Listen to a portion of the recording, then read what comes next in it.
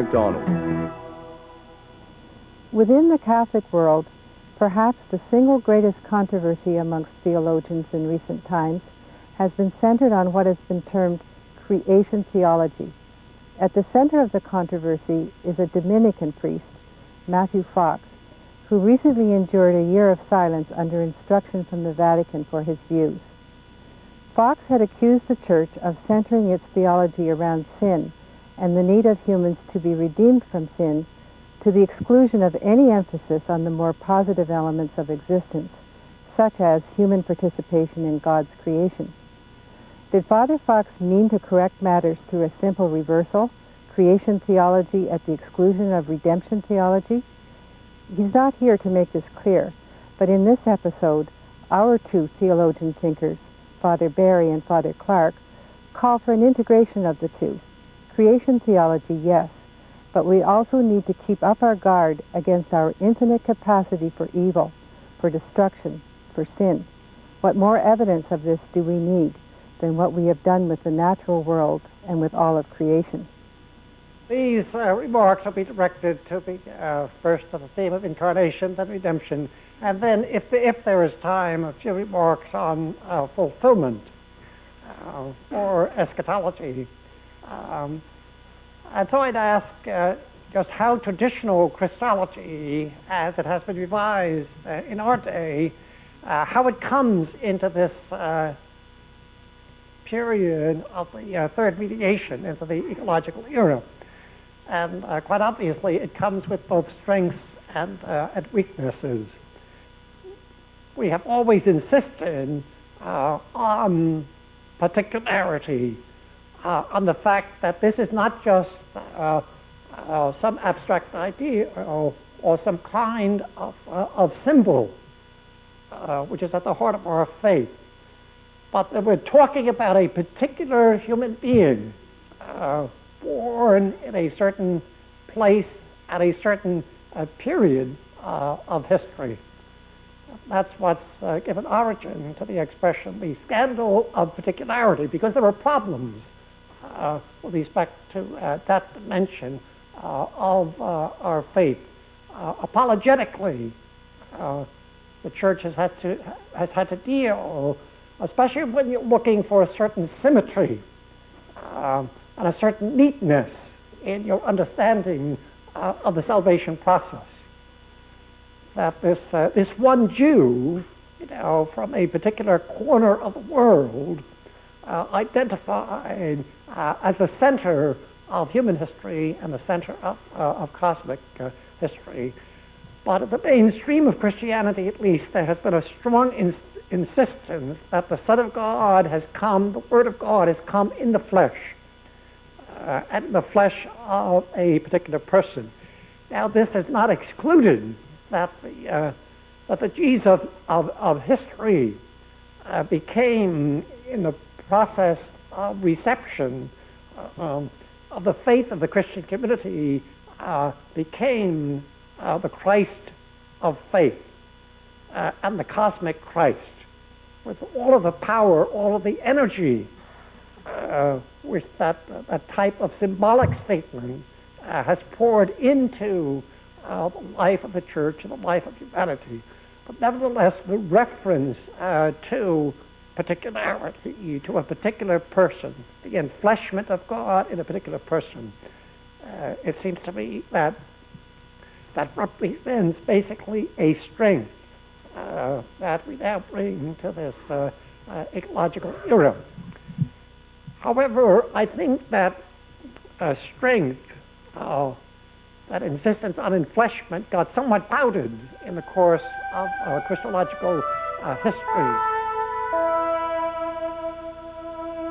To some extent, the Trinitarian dimension got lost because we were so preoccupied with insistence on the divinity of Christ.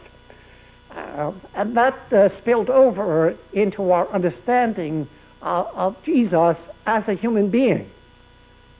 And you had sometimes absurd expressions on the part of the scholastic theologians, the theologians of Salamanca, I think in the 17th century, in talking about the human endowments of Jesus, came out with a statement which said that Jesus was the perfect gardener, the perfect sailor, the perfect architect that went right across the spectrum of the arts and sciences. And it felt a compulsion to attribute the basic capacity for all the arts and sciences to Jesus, because he had to be the perfect human being. It didn't say that he actually exercised these powers, but that he had the powers. Closer to our own time, I think we had a period several decades ago of crisis in Christology, as we came to appreciate that the Gospels are not biographies of Jesus, but that they are stories emerging from the early Christian communities in their passing on of the story about Jesus, that creative element which takes place in the handing on of a story or a myth. And for a period, it was very disturbing, and it was difficult for many to come to terms with the fact that we actually know very little about the historical Jesus. There's really not much that we know. But I think what has survived that period of troubling and doubt has been the conviction that the Christ myth, and Billy's title, has an essential reference to an historical person, even though we have no biography of Jesus. We still struggle with what are the appropriate formulations of our Christological faith today. And I think theologians have not so much, contradicted those dogmas, the one person and two natures, but as happens very commonly in the life of the church, as the dogmatic statement cease to have power and energy for our life, they tend to be sort of just left behind.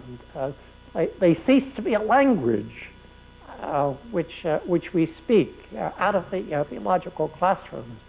And I think in the last few decades that one person, two nature language has just been disappearing from our common speech. You could take a more recent example, who speaks of transubstantiation today with regard to celebration of the Eucharist?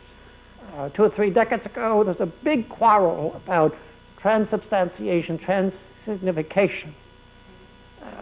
And after it was over, the result of it was that that sort of language just is no longer a part of the way in which we reflect on our faith.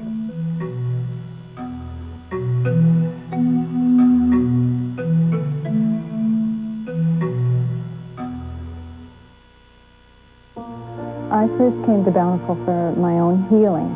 Bountiful is a house for the deeper inner healing. I don't have answers for anybody, but just to let them find their own answers. That's what models which have to do with the place of Jesus, this one human being in the history of salvation, the history of humanity, and now we'll be getting into his place in the history of the cosmos. And this whole question, which I mentioned, I think, the first night, the whole question of the uniqueness of Christianity and of Christ has now come front and center in our preoccupations, especially among those who have been comparing the different religions of the world, including different versions of incarnation. So that perhaps might serve as just a kind of a complement to what Tom has said with regard to how we have come to this moment We come with strengths. We come with weaknesses, because ecological sensitivity is something of a very recent vintage.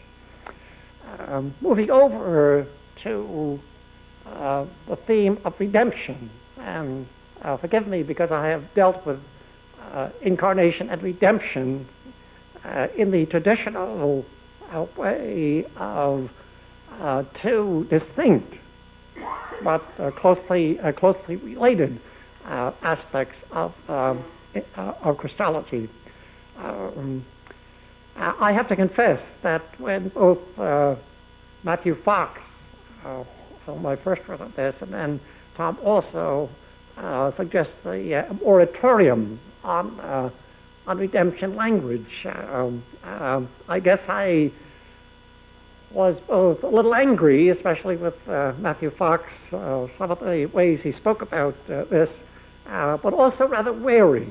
And I guess I still am rather wary of any kind of a shift here, or any kind of a separation